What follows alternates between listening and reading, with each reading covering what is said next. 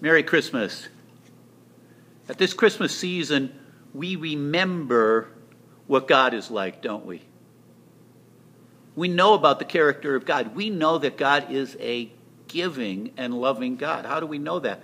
Because it says, for God so loved the world that he gave his only Son.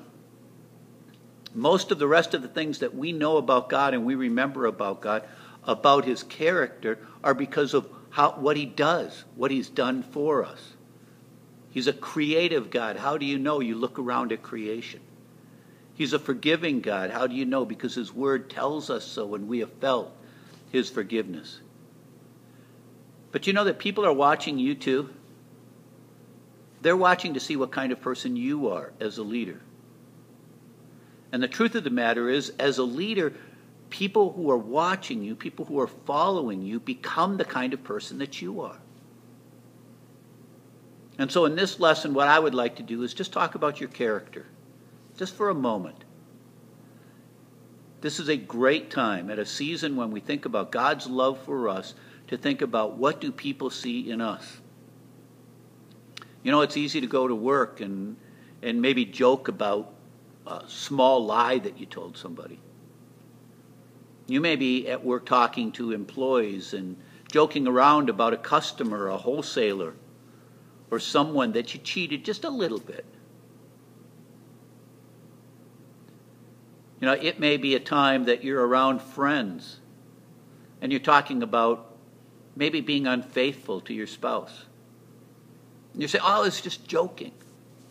But the truth of the matter is, our friends, the people who are following us, are watching. And they're looking to see what our character is like, because they're going to become like us. I'm rereading a book on leadership by John Maxwell, and in it he says, people will forgive occasional mistakes based on ability, especially if they can see that you're still growing as a leader. But they won't trust someone who slips in character. In that area, even occasional lapses are fatal. Character, who we are. General Norman Schwarzkopf, the first leader, or the leader in the first Iraq War, points to a significance of character, and he says, leadership is a potent combination of strategy and character. But if you must be without one, be without strategy. Is that amazing? Because the general knew that his people would be following him.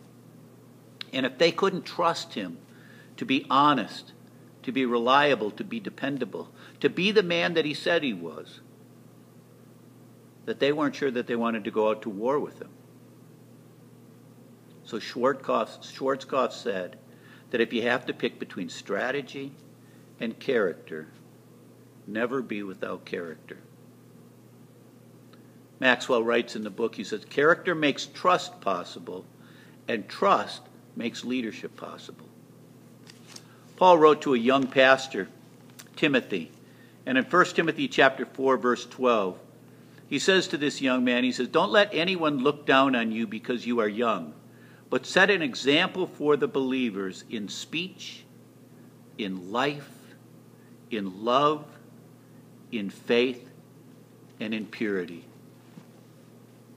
Set an example for others to follow. You're a leader.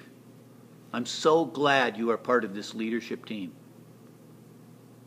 But I just want to remind you to evaluate our lives. Are we people? Are we men and women of character?